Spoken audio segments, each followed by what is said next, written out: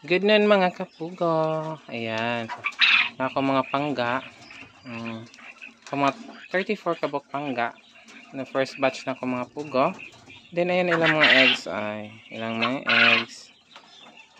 Wala eggs na dito. Ngayon. Nakay ka ng egg diri nga. Wag akong tawag jumbo. Dako siya sa usual nga size sa kuan pugo. So, siya.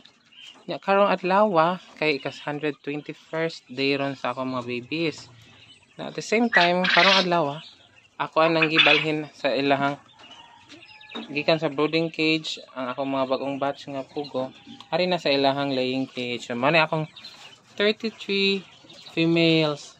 33 ra ako ang females pero waiting pa ko kay mag-check pa po ko kung basin na pa day female nga nasa gold diri sa ako ang mga males pod. Lakat ako mga male. So, pohon ka to mga ganahan sad og magkuan basin di ay ganahan mo kaon.